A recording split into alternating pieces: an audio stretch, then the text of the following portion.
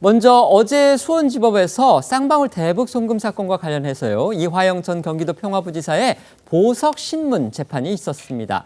이 자리에서 이 전 부지사 측의 변호인이 민주당 이재명 대표를 거론하면서 이화영이 유죄면 이재명도 유죄다. 이런 취지의 주장을 해서 파문이 일었습니다. 아시다시피 이 대표 역시 이 사건의 피의자이고요. 이 전 부지사 측이 바로 이런 점을 강조를 하면서 재판부한테 사실상 이 전 부지사의 유죄 판결을 내리면 안 된다. 이렇게 압박한 것으로 해석될 수밖에 없는데요. 어제 재판 상황 자세히 알아보겠습니다. 네, 어제 오전 수원지법에서는요, 이화영 전 경기도 평화부지사의 보석 신문이 진행이 됐습니다. 앞서 이 전 부지사 측은요, 이 1심 선고를 한 달 정도 앞두고 이 건강 악화를 이유로 해서 보석을 신청을 했고요. 어제 이제 그 신청이 타당한지 이걸 놓고 이제 신문이 열린 건데, 이 자리에서 이 전 부지사 측이 이 보석과는 직접 관련이 없는 이재명 대표를 여러 차례 언급을 해서 눈길을 끌었습니다.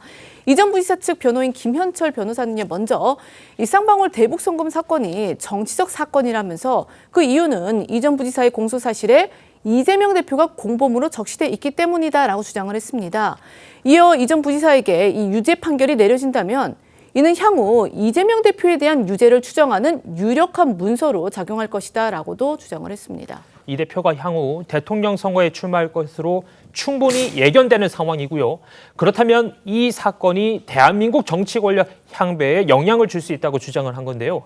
또한 김 변호사는 이 전 부지사에 대한 유죄 판결 시에 그 이유를 자세히 밝혀달라는 요청을 4차례나 반복을 하면서 형사소송법상 유죄 판결 시에 상세 이유를 설명하지 않아도 되지만 이 사건이 향후 정치 권력 향배에 영향을 준다는 점에서 그 이유를 정확히 밝혀야 한다고 주장을 했습니다. 그러니까 다음 대선 출마가 확실시되는 이재명 대표가 공범으로 적시가 됐으니까 이건 정치적 사건이다. 그래서 이 전 부지사가 유죄라면 이 대표도 유죄가 될 가능성이 크기 때문에 향후 정치 권력에도 영향을 줄 수 있다. 뭐 이런 논리입니다.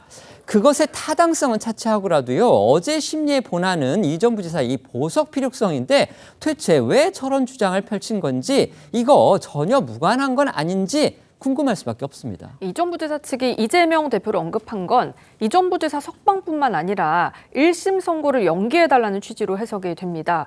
이 전 부지사는 현재 1년 7개월째 수감 중이고요. 다음 달 7일 1심 선고를 앞두고 있는데요.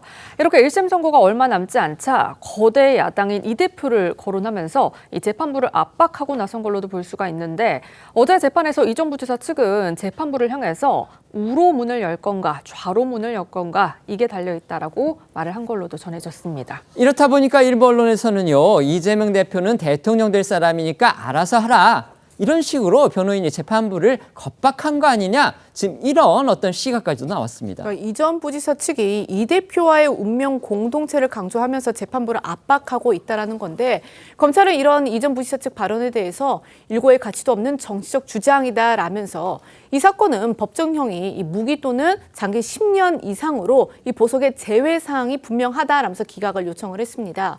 이 전 부지사는요, 이 건강상 이유를 들면서 의사가 위압 이 대장 내시경을 다시 해보자고 한다면서 눈꺼풀이 심하게 떨려서 책을 읽기 어렵고 공황성 장애가 있다라면서 현재 이 건강 상태를 설명하며 선처를 호소했습니다. 재판부는 향후 이 전 부지사의 보석 여부 결정할 방침입니다.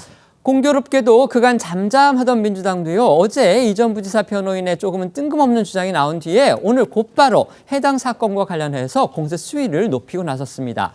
쌍방울 대북 송금 사건을 다룰 특검법을 추진하겠다. 검사 탄핵까지 고려하겠다. 이렇게 주장하고 나선 겁니다. 네, 맞습니다. 민주당 특별대책단이 오늘 오전에 기자회견을 열었습니다. 이 기자회견에서 이 쌍방울의 주가 조작 및 진술 번복과 검찰의 재판 거래 의혹에 대해서 특검법 제정 추진 계획을 밝혔는데요. 이들의 주장은 검찰이 쌍방울의 주가 조작 사건을 대북 송금 사건으로 둔갑시켰다는 겁니다. 그러면서 야당 대표인 이재명 대표 구속을 시도했고 이를 특검을 통해 들여다보겠다는 건데 이와 함께 대책단은 명백한 위법 행위가 드러났다는 주장을 전제로 관련 검사의 탄핵도 언급을 했습니다.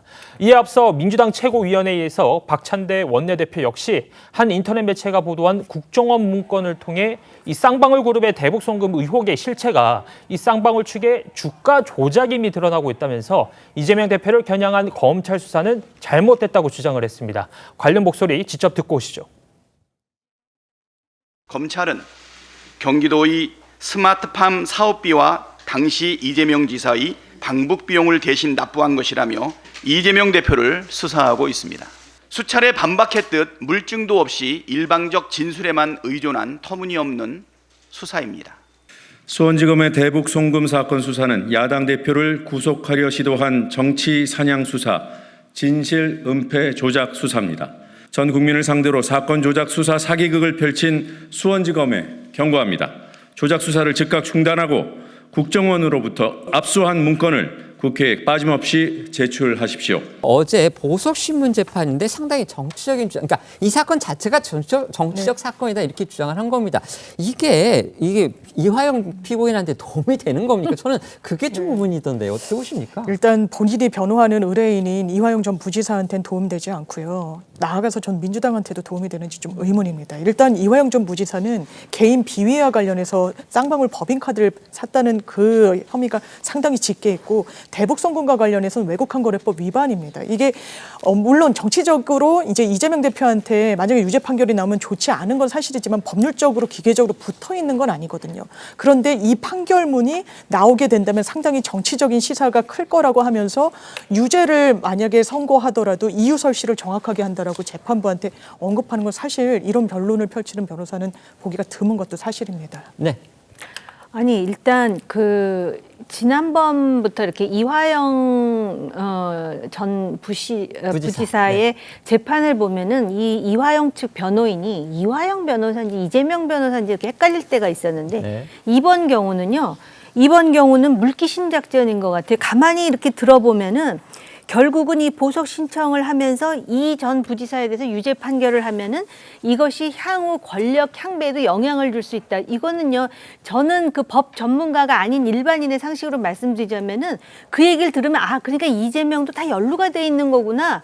오히려 같은 공범인데 이화영 보석 줄래 안 줄래 이렇게 느껴지거든요.